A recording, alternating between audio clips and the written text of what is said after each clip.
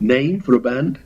But looking in hindsight, I think that's a great name for a band, Harry Webb. Oh, absolutely. Absolutely. And he's on tour. Yeah, his 60th anniversary tour. He's in the UK from the 4th to the 22nd of October, and then he pops over to Denmark for the 22nd to the 26th of October, and that's his 60th anniversary tour. Still absolutely going. incredible. Like you Sadly, said, the Shadows aren't on tour. If you look at their web, their Facebook page, there's a photograph and stuff that refers to being taken on their final tour in 2014. So maybe we won't be seeing the Shadows anytime soon as a band again. That's unfortunate.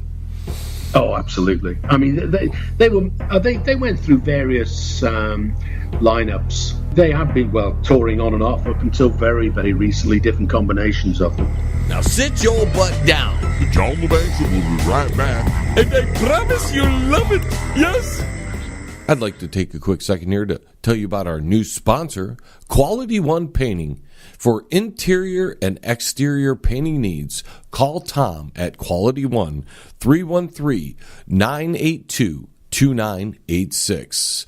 Tom will give you free estimates, senior discounts, and I can tell you from meeting the gentleman, he's one of the nicest guys on the face of the planet. So for a quality paint job with a professional attitude, call Tom at Quality One Painting. That's 313-982-2986. 313-982-2986. Quality One Painting. Hey, man, it's at the bottom of the hour, man. Do you know where your kids are, man? If you want to contact the John LeBang Show, feel free to send an email to jlebang@live.com. And if you're on Twitter, look him up at John LeBang. And don't forget to go to his Facebook page at The John LeBang Show. Now, here's John. Now, October also has a couple of birthdays from the band The Moody Blues. Oh, that's right. I mean, they've got a really interesting beginning. I mean, happy birthday, Justin Hayward, 14th of October, 46. He wasn't actually one of the original members. He was in the second wave, but happy birthday, Denny Lane. He was one of the original members, born on the 29th of October, 1944. And what a lucky man he was to be in the Moody Blues. Oh, absolutely. And he went on to bands like Air Force and Wings. He was actually born in Jersey. He's another one who changed his name because he started out, his mother used to call him Brian Hines. But the Moody Blues themselves had their first gig. They're a Birmingham group, that's in the Midlands in the UK. And 64, May the 2nd actually, was their first gig. Now, their name's interesting, because Mitchell and Butler's still is basically a big brewery. Bass, for any beer drinkers, is one of their very famous brands. And they were originally planning to call themselves the M&B 5 because the brewery is known as M&B. And they approached Mitchell and Butler to get sponsorship. And they say, "Oh, look, lads, we're calling ourselves the M&B 5. Will you sponsor us?" So, and the brewery said no. We want nothing to do with rock and roll, because in '64 it was probably not as popular, and probably it felt to the brewery that that genre was a little rebellious.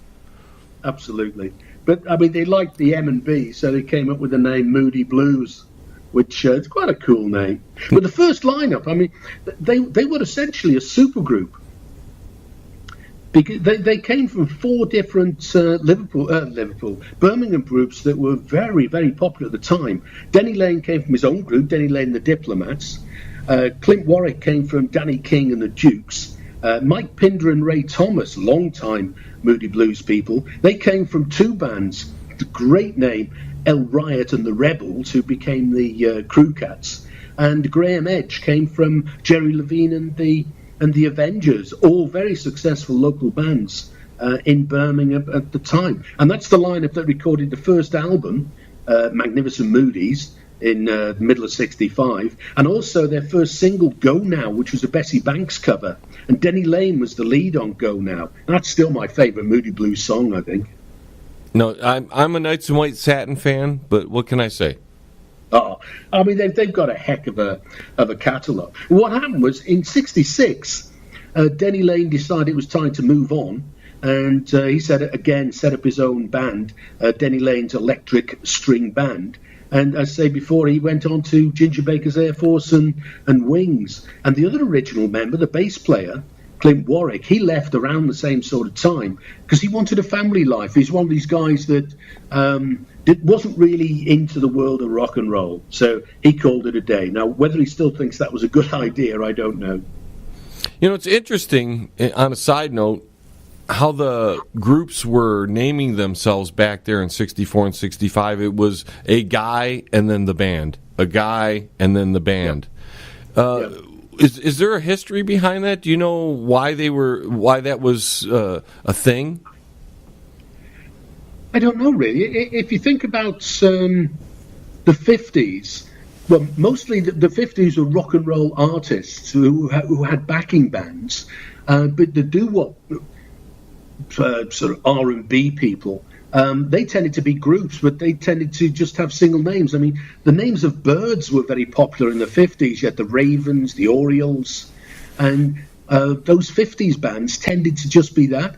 And I think what happened was, as sort of rock and roll started to morph into beat music and to develop, as it were, you had the new lineup of lead singer, two guitarists, bass player, and drummer. And very often then it would lend itself to, because very often those days the lead singer didn't play an instrument very often. So it would make sense to have it as a name and then a band. Interesting. I think it's an evolutionary thing, really.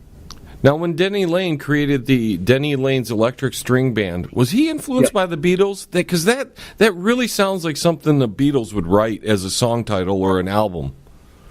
Yeah, I think, well, I mean, everybody was... Well, it's not true, actually. Everybody wasn't being influenced by the Beatles then. But, I mean, Denny Lane, I mean, he went on to play with McCartney in Wings, and it wouldn't surprise me at all if he was very much looking to... I mean, you've got albums like Revolver and Rubber Soul, 65, 66. It's a bit before Pepper, 67. But yeah, he was probably going down the same sort of route as the Beatles were then, in terms of wanting to extend out of what was becoming sort of beat music. This is very early days for rock music. It's around 65, late 65, 66 really that rock music started. So I think he saw himself, and that's really the direction the Moody Blues were going in. I mean, Go Now is a classic piece of blues, really, from Bessie Banks. And they were in the process of developing. So I think he just decided he wanted to go off into a slightly different route. Okay. Just figured I'd ask that question because a few people might have caught that connection with the band name. Yeah, absolutely. So continue, Derek, now that I interrupted you. It's a great time for Moody Blues fans for tours. I mean, the Moody Blues, they're doing a 50th anniversary tour they're calling Days of Future Past. And it includes John Haywood, John Lodge, and Graham Edge. Now, Graham Edge was one of those original lineup guys. And the Moody Blues themselves, now they're in Las Vegas. They've been there for a while. And the last 3 days, you can just about catch them. If you happen to be in Vegas on the 3rd to the 6th of October, you can see the Moody Blues with their 50th anniversary. And Justin Hayward's on tour as well. He's in the Bahamas on the 10th of February, and then across America, 18th of February to the 2nd of March. And John Lodge is actually on tour. He's on tour from the 12th to the 26th of October. And the reason I mention John Lodge is when Denny Lane and Clint Warwick left, it was 1966. That was when Justin Hayward and John Lodge both joined. And John Lodge had known Mike Pinder and Ray Thomas back in the days of El Riot and the Rebels. So it's easy. It's interesting to see how sort of what goes around comes around. Yeah, and the Moody Blues, you said they're playing in Vegas, so all of our listeners on Radio Vegas Rocks have a chance to see him, or them, the 3rd through the 6th. I mean, that's coming up. That's just a few days away. Absolutely. I mean, they're for the that particular residency starts in mid-late September. So, at the first glance of the first person who hears the show, they're there. I mean, they'd be a great band to see. Now, as we continue with birthdays, October 16th has a really good birthday. Oh, absolutely. Happy birthday, Bob Weir, born in 1947. As you say, on the 16th, he was born in San Francisco, one of the founding members of the Grateful Dead. They were still called the Wall, or they were called the Warlocks when they started. But they had their first recording session on the 3rd of November 65. They were called themselves the Emergency Crew, and they recorded half a dozen songs. And the Grateful Dead was one of the great just jam bands. Oh, absolutely. Absolutely. I mean, they're famously, they have stuff that goes on for 20, 25, 45 minutes. Absolutely unbelievable to see live. And they're one of the few bands that encourage bootlegging. I can remember reading that in some of their gigs, they had a little enclosure near the stage where people who brought their own home tape recording gear could actually get close to the speakers to get a better response. They must be probably the most bootleg band on the face of the earth, I should think. I would imagine. They're known more for their touring than they are for any of their studio stuff as well. Absolutely. Yep. Absolutely. I wouldn't say they haven't been successful as a studio band, but you're absolutely right. I mean, an awful lot of their albums are live albums as well. And they were also there right at the beginning of the psychedelic era. I mean, when Ken Casey started doing his acid tests, he did the first one in, November the 27th, 65, when acid was still legal across America. Which is a strange thing to think about now.